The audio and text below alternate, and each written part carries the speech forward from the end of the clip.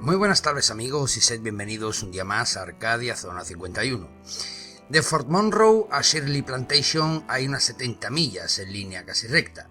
El viaje arranca frente a la inmensidad del Atlántico, en un extremo de la bahía de Chesapeake y se adentra hacia el corazón de Virginia bordeando el río James. Para alcanzar el final del trayecto hay que cruzar decenas de explotaciones agropecuarias, de hecho el punto de destino es una de ellas.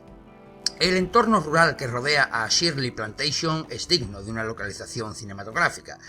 Tiene una antigua casa colonial, jardín y largas praderas, y ostenta el récord de ser la empresa más antigua aún en funcionamiento de los Estados Unidos. Según la consultora especializada Business Financing, fue inscrita en 1638 y solo hay una empresa todavía viva más vieja en Norteamérica, la Casa de la Moneda de México, inscrita en 1534. Shirley Plantation es una fábrica de película con un inicio de lo más tenebroso. Que la postal de la mansión y sus alrededores recuerden a algunas escenas de lo que el viento se llevó responde a la explicación más obvia. En la plantación trabajaron cientos de esclavos durante más de 200 años. No solo eso, Shirley ostenta otro récord mucho más sombrío. Está entre las primeras fincas de Estados Unidos que usaron a humanos como bestias. La esclavitud entró en las antiguas colonias británicas por la Puerta de Virginia, o para ser más exactos, por Fort Monroe, la localidad que da inicio a este viaje por el tiempo. Entonces ni siquiera respondía a ese topónimo, se conocía como Point Comfort y no figuraría en ningún libro escolar estadounidense de no ser porque allí desembarcó la primera nave con mercancía humana apta para su venta.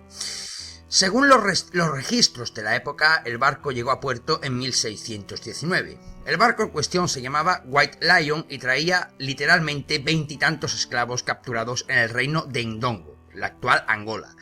La lacra de la esclavitud ya estaba asentada entonces en el Caribe y Sudamérica, pero no había echado a andar en el norte del continente colonizado por los británicos. En Estados Unidos se considera que esa veintena larga de africanos abrieron oficialmente la era de la esclavitud en Norteamérica. El primer suelo que pisaron muchos de ellos fue el de Point Comfort, y ahí, tras el infierno de la travesía atlántica, emprendían otro camino penoso hacia las plantaciones. A la de Shirley Plantation llegaron en la década de 1620. Las tierras habían empezado a cultivarse 7 años antes por los colonos al mando de un varón inglés, Sir Thomas West, quien había viajado a la colonia con el encargo de producir tabaco. Y en Virginia el terreno ofrecía grandes condiciones para cultivar y secar la planta que más tarde se fumaría en hogares y tugurios de Londres.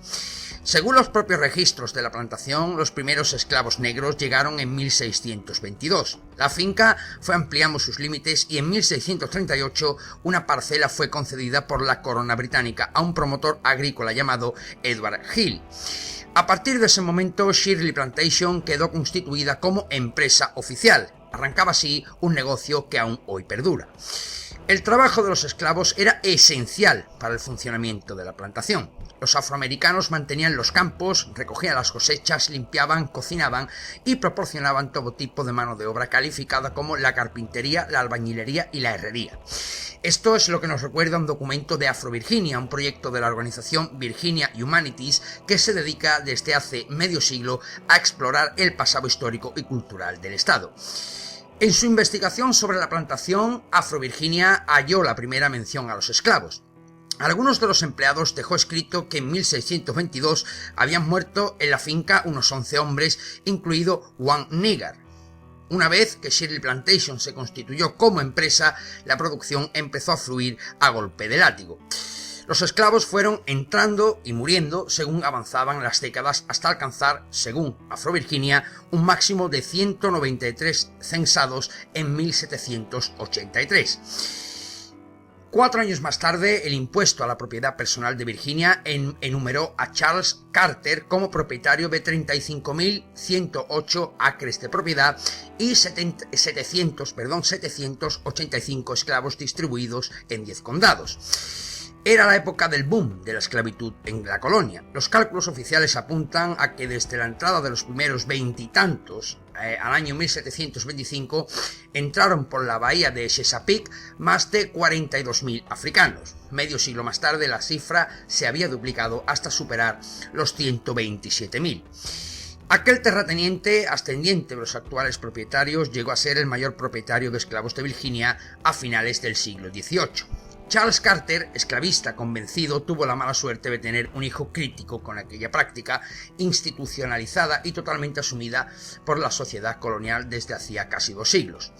Su hijo se llamaba Robert y fue el primero de los Carter que se atrevió a tener algún gesto con los trabajadores cautivos. En su testamento dejó escrito que las familias de esclavos no deberían separarse si sus hijos troceaban la finca tras su muerte. Desde el momento más temprano en el que Robert pudo distinguir el bien del mal, dice en una carta, sintió un gran pesar por la trata de esclavos y todas sus bárbaras consecuencias. Como decimos, esto es lo que dejó Robert a sus hijos en una carta que aún hoy se conserva en el archivo familiar.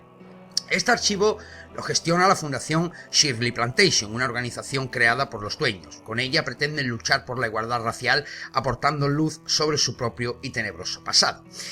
La gestión de Shirley Plantation siguió cambiando de manos con los años, pero siempre permaneció bajo el control de la familia. La mansión, que hoy puede visitarse como museo, fue testigo de los acontecimientos convulsos que dieron forma al país.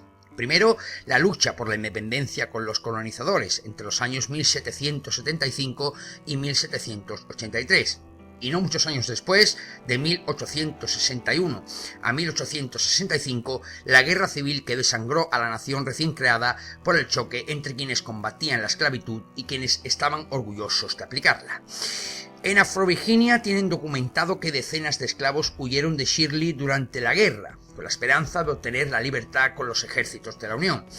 La última huida registrada tuvo lugar en 1864 porque un año más tarde se ratificó la 13ª enmienda y se abolió la esclavitud. Para aquellas fechas, el número de afroamericanos esclavizados en todo el país rondaba los 4 millones. Los antiguos esclavos que siguieron trabajando en la plantación de Shirley pasaron a ser empleados contratados. Lograron por primera vez derechos, pero tardaron mucho en lograr el respeto. Las primeras familias de color libres en aquella finca jamás podrían imaginar que un día, concretamente en el año 2007, el estado de Virginia pediría de manera oficial perdón por la esclavitud. Tampoco imaginarían que sus antepasados tendrían una placa de recuerdo en Fort Monroe junto al mar, justo en el lugar donde desembarcaban cuando llegaban para ser vendidos como material de trabajo. Pues amigos, hasta aquí este vídeo de hoy. Esperemos que os haya gustado y os pedimos que, si así ha sido, os suscribáis a nuestro canal, que nos deis pulgar arriba y compartáis con vuestros amigos para que esta gran familia del misterio siga creciendo. Recibid un enorme saludo desde Arcadia y os esperamos muy pronto en nuestro próximo vídeo.